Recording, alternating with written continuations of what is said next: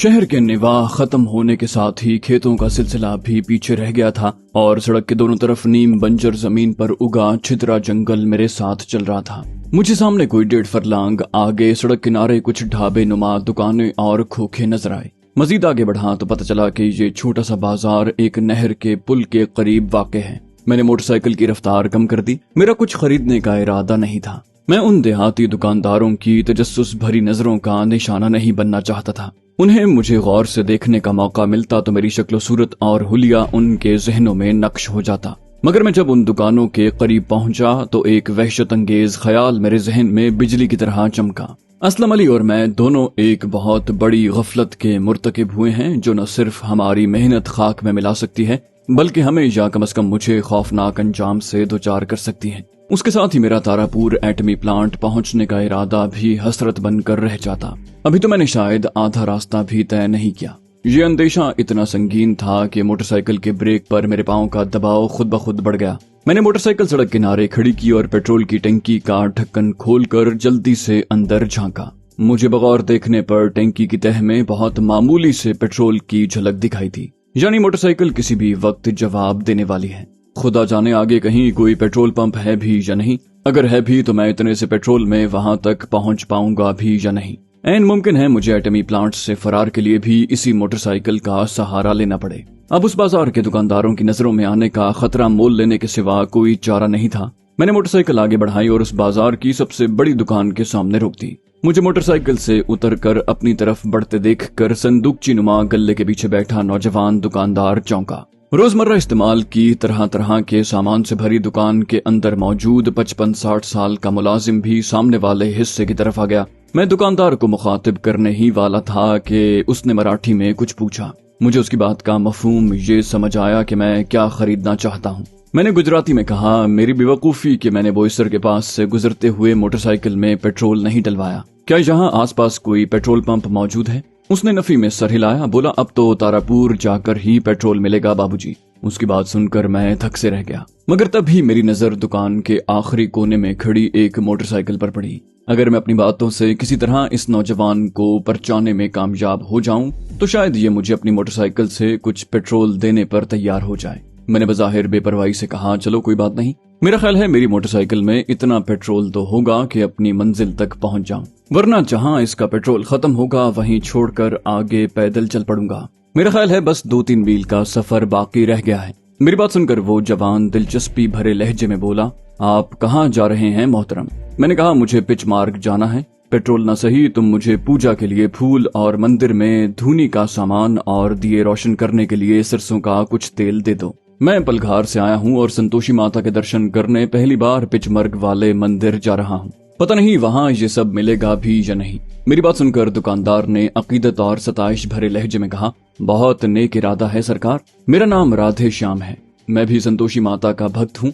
आप मेरी तरफ से भी माता देवी के हुजूर ये 5 रुपया भेंट करना। ये कहकर उसने संदूकची की दराज से 1-1 रुपए के 5 नोट निकाल कर मुझे थमा दिए। इस दौरान में उसका मुलाजिम मेरा मतलूबा सामान जमा करने चला गया था। राधे श्याम ने अपनी बात आगे बढ़ाई, बोला, संतोषी माता के इस मंदिर पर मेरी पैदाइश की मन्नत मानकर मेरी स्वर्गवासी माता ने लगातार 16 जुमे व्रत रखा था, तब कहीं मैं पैदा हुआ। आपको तो पता होगा संतोषी माता की मन्नत पूरी होने पर 8 बच्चों को खाना खिलाते हैं। मैंने इस बात में सर हिलाया और लहजे में मजीद अकीदत भरते हुए कहा, मैं नारायण रेड्डी हूँ। पलघार से कुछ फासले पर मेरी 20 बीघे ज़रई जमीन है।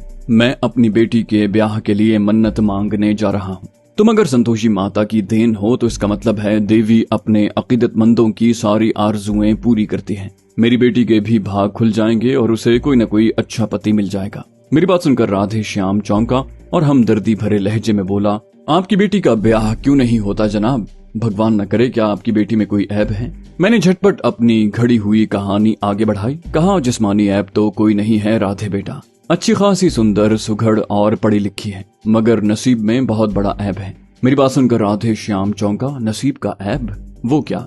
अगर बुरा न लगे तो मुझे बता दें। मैंने उदास लहजे में कहा, वो मांगलिक है बेटा। तुम्हें तो पता है आम अकीदे के मुताबिक ऐसी लड़की से ब्याह करने वाला लड़का बहुत जल्द भगवान को प्यारा हो जाता है। इसलिए मेरी बेटी से कोई जवान शादी करने के लिए तैयार नहीं।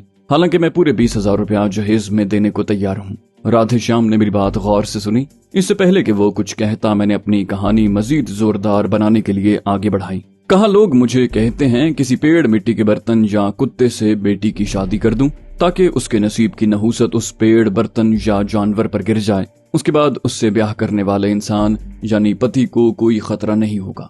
मगर राधे श्याम बेटा, मुझे ये अपनी बेटी की तौहीन लगता है और ऐसा कुछ करने को मेरा मन नहीं मानता। मेरे लहजे में जाने कहां से दर्द सिमट आया। शायद ये ऐसी किसी सूरत हाल की अजियतनाक सच्चाई का असर था। राधे श्याम मेरी जज्बाती बातों और कर्ब भरे लहजे से खासा मुतासिर हुआ। इस दौरान में उसका मुलाजिम भी मेरे मतलूबा सामान के पुड़े उठाए वहां पहुंच गया था और हमारी बातें गौर से सुन रहा था। अचानक वो हमारी गुफ्तगू में मुदाखलत करते हुए बोला, छोटा मुंह बड़ी बात वाला मामला है हुजूर, मगर मौका महल ऐसा है कि मुझे बीच में बोलना पड़ रहा है। हम दोनों चौंक कर उसकी तरफ मुतवज्जे हो गए। उसने गंभीर जज्बाती लहजे में कहा, मुझे लगता है संतोषी माता ने अपने दर्शन देने से पहले ही आपकी मुराद पूरी कर दी है। मैंने सचमुच हैरानी से देहाती हुलिये वाले उस शख्स की तरफ देखा। राधे श्याम की भी ऐसी ही हालत थी। उसके मुलाजिम ने उसी लहजे में अपनी बात आगे बढ़ाई। बोला, आप अपनी मांगलिक बेटी के रिश्ते के लिए संतोषी माता के मंदिर जा रहे हैं ना? अगर मैं एक बहुत ही भले, खुश अखलाक और खुश शक्ल जवान के लिए आपकी बेटी का हाथ मांगूं तो आप बुरा तो नहीं मनाएंगे? उसकी ये बात सुनकर हम दोनों ने मजीद हैरानी से उसे देखा। तभी राधे श्याम ने उसे मुखातिब करके कदरे तेज लहजे में कहा, तुम ये कैसी बातें कर रहे हो कार्तिक चाचा? आपके बेटे यानी गुरधर भैया तो पहले ही शादीशुदा और 2 बच्चों के बाप हैं। आप उनके लिए दोबारा कैसे रिश्ता मांग सकते हैं? कार्तिक उसके लहजे की तलखी नजरअंदाज करके मुस्कुराया। बोला, मैं गुरधर के लिए नहीं, तुम्हारे लिए नारायण रेड्डी की बेटी का रिश्ता मांग रहा हूँ। भगवान ने शायद इसीलिए तुम्हें बिन ब्याह रखा है। कार्तिक की बात सुनकर राधे श्याम के चेहरे पर तजब्जुब के आसार उभरे। तभी मैंने कार्तिक को मुखातिब करके कहा, मगर मेरी बेटी तो मांगलिक है और मैं राधे श्याम की हमदर्दी का फायदा उठाकर जबरदस्ती इसके गले नहीं बांधना चाहता। उसी वक्त राधे श्याम ने कहा, इनके या मेरे इस रिश्ते पर राजी होने की बात तो एक तरफ, क्या आपके ख्याल में मेरे पिताजी ये तजवीज मान लेंगे? तुम्हें तो पता है कि वो मेरे लिए कैसे कैसे अच्छे रिश्ते ठुकरा चुके हैं। हत्ता के 2 साल पहले मेरी माता भी मेरे ब्याह की हसरत दिल में लिए परलोक सिधार गईं। आप क्यों नारायण रेड्डी को उम्मीद दिला रहे हैं? पता नहीं इनकार किया तो उनका दुखी दिल मजीद टूट जाएगा। राधे श्याम की बात सुनकर कार्तिक मुस्कुराया। बोला, राधे बेटा, क्या कभी तुम्हारी समझ में आया है कि मुरली श्याम भैया ने आज तक अपने इकलौते लाडले बेटे की शादी क्यों नहीं होने दी?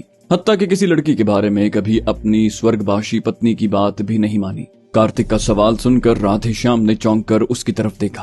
कार्तिक के लबों पर मौजूद भेद भरी मुस्कुराहट ने मुझे हैरान कर दिया। इससे पहले कि राधे श्याम कुछ कहता, कार्तिक ने मुझे मुखातिब करके कहा, अच्छा नारायण रेड्डी जी, आपने बताया है कि पुजारी वगैरह मांगलिक लड़की के नसीब का कलंक मिटाने के लिए किसी जानवर, दरख्त या बर्तन वगैरह से उसके पहले ब्याह का मशवरा देते हैं। फिर तो आपको ये भी मालूम होना चाहिए कि मांगलिक लड़की की किसी इंसान से पहली शादी की भी एक सूरत है। यकलख्त मुझे उस सवाल का जवाब याद आ गया जो मैंने इस मौजू पर मुश्तमिल मज़ामीन में ही पढ़ा था। मैंने अपने लहजे में जोश भरते हुए कहा, हाँ बिल्कुल मुझे पता है। अगर किसी मांगलिक लड़के और मांगलिक लड़की का आपस में ब्याह हो जाए तो दोनों की नहूसत के असरात आपस में टकरा कर खत्म हो जाएंगे। फिर मैंने यकलख्त लहजे में मायूसी भरते हुए कहा, मगर मेरी शिवानी बिटिया का नसीब इस मामले में भी खोटा रहा है।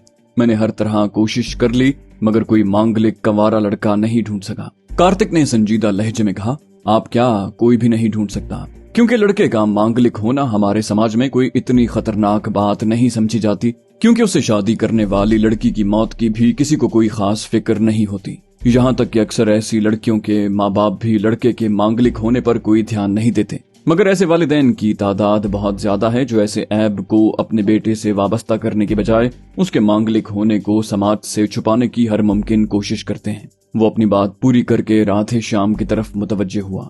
बोला, बेटा, तुम्हारे माता पिता ने भी यही किया था, यानी तुम्हारे मांगलिक होने को न सिर्फ छुपाने की कोशिश की थी बल्कि ये बात आइंदा कभी दोबारा उठने से रोकने के लिए अपना सब बेचकर मनोर शहर से कुरगांव मुंतकिल हो गए। उन दोनों के अलावा मैं अकेला आदमी हूँ जो इस राज से वाकिफ हूँ, क्योंकि मैं भी उनके साथ यहाँ कुरगांव आ गया था।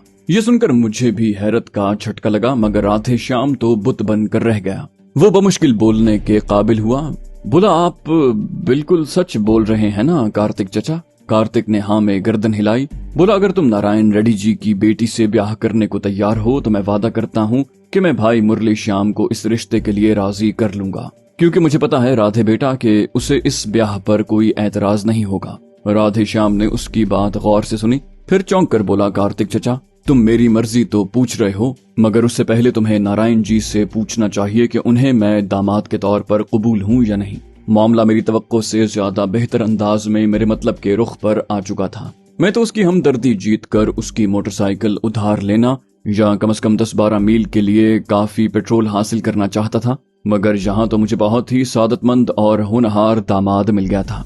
मगर अब मैं इस मामले को अपने मफाद के लिए बेहतरीन अंदाज में मोड़कर जल्द से जल्द यहाँ से निकल जाना चाहता था। लिहाजा मैंने अपने लहजे में बेताबी लाते हुए कहा, तुम तो पहली नजर में बहुत अच्छे लगे थे राधे बेटा, तुम जैसा अच्छा दामाद मुझे और कौन मिलेगा। तुम आज ही अपने चचा कार्तिक के साथ मुरली श्याम जी से बात कर लो, मगर इस अच्छे शगुन के बाद अब मेरा संतोषी माता के दर्शन के लिए जल्द से जल्द पहुंचना और भी जरूरी हो गया है। हो सके तो कहीं से थोड़े पेट्रोल का बंदोबस्त कर दो, वरना मेरी मोटरसाइकिल यहीं रख लो, मैं पैदल रवाना हो जाता हूँ। तवक्को के ऐन मुताबिक मेरी बात सुनकर वो तड़प सा गया। बोला, ऐसा कैसे हो सकता है नारायण जी, ऐसा करें आप मेरी मोटरसाइकिल लेकर संतोषी माता के दर्शन को चले जाएं। फिर वो कार्तिक से मुखातिब हुआ। बोला, मोटरसाइकिल में पेट्रोल तो काफी है ना चचा। कार्तिक ने नफी में सर हिलाया। बोला, बस इतना होगा कि तारापुर में पेट्रोल पंप तक पहुंच सके।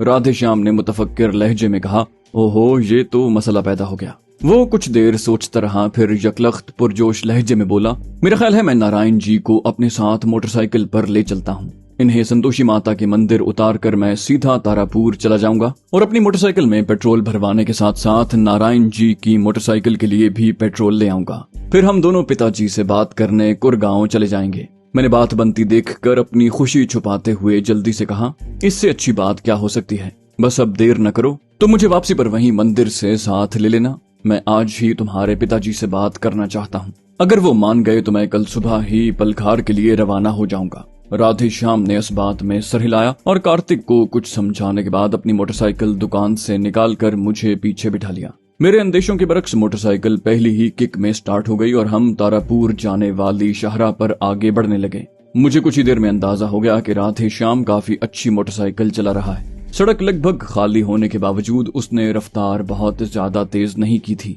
वो ड्राइविंग करते हुए बातें भी कर रहा था। उसके लहजे में एहतराम था और वो अपने खानदान के बारे में बता रहा था। फिर उसकी गुफ्तगू अपनी माँ पर मरकूज हो गई।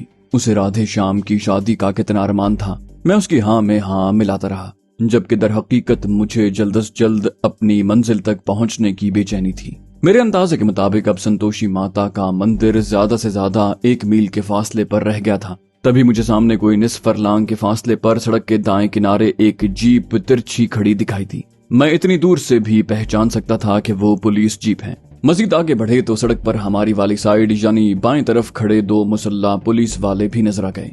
हमसे उनका फासला 40-50 गज के लगभग रहा। अचानक उन दोनों ने बैक वक्त हाथ के इशारे से हमें मोटरसाइकिल रोकने का हुक्म दिया। राधे श्याम ने मोटरसाइकिल के गियर पीछे करके रफ्तार हल्की की और फिर मोटरसाइकिल दोनों पुलिस एहलकारों के पास ले जाकर रोक दी। मेरे दिल की धड़कन तेज हो गई और दायां हाथ खामोशी से मेरे वफादार काबिल एतमाद फौलादी साथी के दस्ते पर जम गया। मैंने अंगूठे से उसका घोड़ा पीछे कर दिया। अब मुझे अपना बरेटा निकाल कर गोली चलाने के लिए बस लम्हे 2 लम्हे की मोहलत दरकार थी। चैम्बर पीछे खींचकर छोड़ते ही गोली मैगजीन से निकलकर नाल में पहुंच जाती। उसके बाद तो बस लबलबी दबाने की देर थी। उधर राधे श्याम पूरे एतमाद बल्कि बेतकल्लुफी से गुजराती में उन दोनों संतरियों से मुखातिब था। बोला, सब ठीक तो है अनुपम जी, हमेश जी, अब हमें भी पहचानना छोड़ दिया तुम लोगों ने। क्या हम तुम्हें कोई चोर डाकू लग रहा हूँ कि मुझे हाथ देख कर रोक लिया।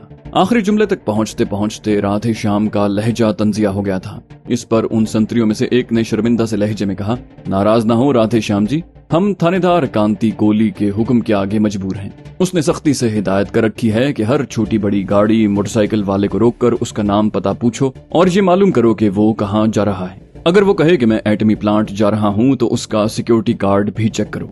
राधे श्याम ने हैरानी से पूछा, इतनी सख्त सिक्योरिटी, ऐसी क्या आफत आ गई अनुपम जी, कोई डाका पड़ गया क्या हाईवे पर। मैंने राधे श्याम के अकब से जरा सा झांक कर देखा। अनुपम संतरी 37-38 साल का लंबा मगर दुबला पतला सा शख्स था, मगर उसने काफी मोटी फूली फूली सी मूछें पाल रखी थी। उसने कदरे बेजार से लहजे में कहा, डाका तो कोई नहीं पड़ा श्याम जी, बस प्लांट के सिक्योरिटी इंचार्ज कर्नल सुबध देशमुख ने हमारे थानेदार कांति कोहली को प्लांट बुलाकर उनकी जोरदार खिंचाई की है और वार्निंग दी है कि आज के बाद सिक्योरिटी में कोई और गफलत सामने आई तो वो कांति की पेटी बल्ले सब छीन कर घर भेज देगा। ये सुनकर मेरे कान खड़े हो गए। लेफ्टिनेंट कर्नल सुबध देशमुख, सिक्योरिटी में कौन सी गफलत पर आग बगूला हो रहा है? तभी राधे श्याम ने मेरे जहन में आने वाला सवाल पूछ लिया। बोला, अगर कोई राज की बात न हो तो मुझे भी बता दो कि सिक्योरिटी में क्या गड़बड़ हुई है। अनुपम की बजाय उसके साथी हमेश ने जवाब दिया। उसके लहजे से नाराजगी टपक रही थी। बोला, ऐसी कोई खतरनाक बात नहीं हुई। कर्नल को तो अपने ओहदे की ताकत दिखाने का मौका चाहिए। असल में अकरपट्टी अनाज मंडी से तारापुर जाने वाले गंदुम से लदे ट्रक का नया ड्राइवर पिचमर्ग चौराहे से तारापुर की तरफ मुड़ने की बजाय सीधा प्लांट की तरफ चला गया था, जहां बड़ी हाजिरी चेक पोस्ट पर फौजियों ने उसे रोककर वापस भेज दिया, मगर साथ ही अपने कर्नल को भी रिपोर्ट दे दी। बस फिर उसने थानेदार को बुलवा लिया। राधे श्याम ने कहा, अच्छा तो ये बात है, फिर तो थानेदार सख्ती करेगा। अब हमें जाने की इजाजत है? अनुपम ने कहा, हाँ, मगर ये तुम्हारे पीछे कौन बैठा है? इसे हमने पहले कभी इस इलाके में नहीं देखा। राधे श्याम ने हंसते हुए कहा, तुम इन्हें पहले कैसे देख सकते हो अनुपम जी? ये पहली बार हमारे घर मेहमान आए हैं। ये मेरे रिश्ते के मामू हैं। इनकी बेटी से मेरे रिश्ते की बात चल रही है। ये मेरे पिताजी से मिलने और हमारा घर बार देखने आए हैं। इस बार हमेश बोला, अच्छा, मगर तुम लोग इस वक्त कहाँ जा रहे हो? राधे श्याम ने कहा, मामा जी संतोषी माता के भक्त हैं। इन्हें पता चला कि यहाँ संतोषी माता का एक पुराना मंदिर है, तो इन्होंने पिताजी से उस मंदिर के दर्शन करने की फरमाइश कर दी। पिताजी ने इन्हें मंदिर की यात्रा करवाने की ड्यूटी मुझे सौंप दी। मैं इन्हें मंदिर छोड़कर मोटरसाइकिल में पेट्रोल डलवाने तारापुर चला जाऊंगा और वापसी पर इन्हें साथ लेकर पिताजी के पास कुरगांव पहुंचा दूंगा। ये सुनकर अनुपम ने कहा, चलो ठीक है, तुम दोनों जा सकते हो। ये सुनकर मेरी सांस में सांस आई और मैंने बरेटा के दस्ते से हाथ हटा लिया। राधे श्याम ने मोटरसाइकिल फौरन ही आगे बढ़ा दी। हम कुछ ही आगे बढ़े थे कि राधे श्याम ने माजरत खाना लहजे में कहा, तारापुर एटमी प्लांट लगने से इलाके के बहुत से लोगों को रोजगार तो मिला है, मगर बाकी आबादी के लिए ये मुसीबत खड़ी हो गई है। सिक्योरिटी के नाम पर हर आते जाते को रोक लेते हैं और हमारी दुकानों में ग्राहकों और बस्तियों गली मोहल्लों में मेहमानों की सुनगुन लेते फिरते हैं। मैं आपको अपना करीबी रिश्तेदार न बताता तो ये पूछगिछ के लिए रोक लेते और हो सकता है थाने ले जाते। मैंने नागवारी से कहा, ये क्या बकवास है यार? क्या ये लोग इस इलाके को अंग्रेजों के दौर का काला पानी बनाना चाहते हैं? राधे श्याम ने भी नाराजगी भरे लहजे में कहा, हमारे लोगों के साथ इस प्रोजेक्ट के आगाज से भी पहले से जुल्म हो रहा है। जिस जगह ये एटमी प्लांट बना है वहाँ पहले मच्छरों की एक बस्ती हुआ करती थी। उन बेचारों को उनकी जमीन के औने पौने दाम देकर जबरदस्ती बेदखल करके उनके कच्चे पक्के मकानों और झोंपड़ियों पर बुलडोजर चला दिए गए। पुजारियों के उकसाने पर इलाके के लोग कई दिन एहतजाज न करते तो वो समंदर किनारे वाक़े दिलवाड़ी माता का कदीम मंदिर भी बुलडोजर चलाकर जमीन से मिला देते। मैंने यूं जाहिर किया जैसे ये सुनकर मुझे गहरा सदमा पहुंचा हो। मैंने कहा, ये तो बहुत बड़ा पाप करने वाले थे ये लोग। मेरा तो मानना है कि वो मंदिर गिर जाता तो ये एटमी प्लांट ज्यादा दिन न चल पाता। राधे श्याम ने पुरजोश लहजे में मेरी हाँ में हाँ मिलाई और कहा, जनता के वावेला मचाने से मंदिर तो बच गया, मगर उस फौजी अफसर सुबध देशमुख के दिमाग पर से नज़्मो ज़ब्त और उसूल पसंदी का भूत नहीं उतरा। उसने अपने मातहत अमले के बार बार मुताले के बावजूद सिक्योरिटी का बहाना बनाकर एटमी प्लांट में मंदिर नहीं बनने दिया। जब अमले ने प्लांट के इंचार्ज के पास जाकर शिकायत की तो उसने कांधे उचकाकर कह दिया कि मैं सिक्योरिटी के मामलात में कुछ नहीं कर सकता। कोई अचंभे की बात भी नहीं, एक पारसी को हिंदुओं की पूजा से क्या दिलचस्पी हो सकती है? मैंने मसनूई हैरानी से कहा, उस एटमी प्लांट का इंचार्ज पारसी है? ये तो बहुत अजीब बात है। कहीं लेफ्टिनेंट कर्नल सुबध उसी के इशारे पर तो हिंदू अमले को पूजा से रोकने की कोशिश नहीं कर रहा? राधे श्याम ने गुस्सीले लहजे में कहा, नहीं, ये सारे करतूत सुबध देशमुख के अपने हैं। मैंने सुना है उसकी इन हरकतों से एटमी प्लांट के अमले में जोरों शोर से ये बातें चल रही हैं कि एटमी प्लांट का सिक्योरिटी इंचार्ज नास्तिक है। जब से उसने सिक्योरिटी के नाम पर दिलवाड़ी माता के मंदिर की तरफ खुलने वाला दरवाजा दोपहर और शाम को सिर्फ 1 घंटे खोलने का हुक्म दिया है, अमले में उसके खिलाफ गम और गुस्सा बढ़ता जा रहा है। अगर उसने धर्म से दुश्मनी जारी रखी तो उसके खिलाफ बगावत भी हो सकती है। मैंने गैज़ो गज़ब और जोश से कहा, इसमें शक की क्या गुंजाइश है? ऐसी हरकतें कोई नास्तिक ही करता है। पहले मंदिर गिरवा रहा था, अब मंदिर की तरफ खुलने वाले दरवाजे पर भी पहरा बिठा दिया है। साफ लग रहा है कि वो चाहता ही नहीं है कि एटमी प्लांट का अमला पूजा करे। मैं अमले में होता तो कभी का पत्थर मारकर उसका सर फोड़ देता। राधेश्याम ने भी गुस्सीले लहजे में कहा, जब उसकी इन हरकतों का सुनता हूँ तो मेरा दिल भी यही चाहता है। पता है, उसने दिलवाड़ी माता के मंदिर में पूजा के लिए ये दरवाजा बनाने की इजाजत देने पर अपने मातहत मेजर दीपक वर्मा की यहाँ से बदली करवा दी और GHQ को शिकायत करके उसके कोर्ट मार्शल का मुतालबा किया।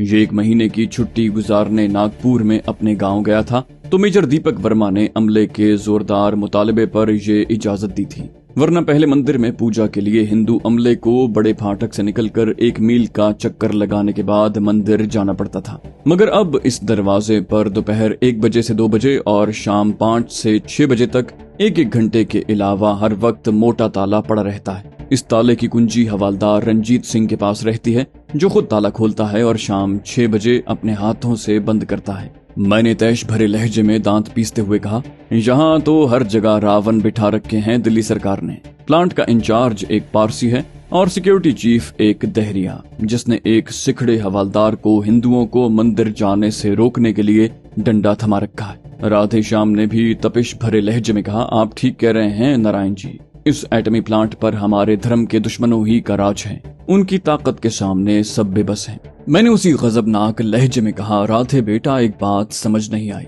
एटमी प्लांट का अमला तो अपनी नौकरी की वजह से मजबूर है। वो बेचारे प्लांट के इन करता धरता बदमाशों के खिलाफ खुलकर आवाज नहीं उठा सकते, मगर इस इलाके के हिंदू शहरियों की गैरत क्यों सोई हुई है। अगर मैं यहाँ का रहने वाला होता तो अपने इलाके के 150-200 बासियों को साथ ले जाकर एटमी प्लांट के फाटक पर धरना देकर बैठ जाता और उस वक्त तक घर वापस न लौटता जब तक के प्लांट के करता धरता हिंदू धर्म से अपनी दुश्मनी से तौबा न कर लेते। इन्होंने तो सरासर जुल्म ज्यादती का बाजार गर्म कर रखा है। राधेश्याम इस बार बोला तो उसके लहजे में नाराजगी के साथ मायूसी भी नुमाया थी।